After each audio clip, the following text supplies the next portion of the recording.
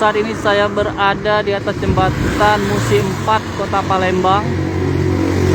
Seperti yang kita lihat, lampu penerangan jalan jembatan Musi 4 ini padam sudah beberapa hari dan belum ada tindak lanjut dari pihak terkait.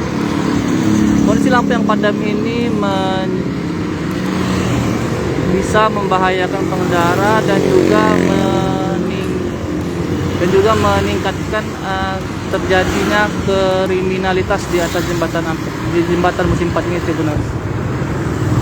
Jadi bagi pengendara yang melintasi jembatan Musi 4 diharapkan berhati-hati karena lampu penerangan jalan saat ini masih padam. Jadi dimohon pemerintah Kota Palembang melalui pihak terkait untuk segera melakukan tindakan agar lampu penerangan jalan Musi 4 ini kembali menyala dan dapat memberikan kenyamanan dan keselamatan bagi pengendara.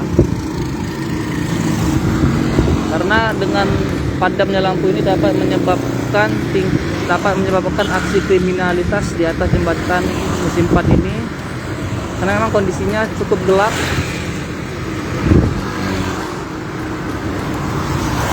Nah, ini kita lihat lampu padam Tribuners. Jadi bagi kalian yang melintasi di kawasan jembatan Musi 4 ini, saat ini kondisi lampu padam dan diharapkan berhati-hati.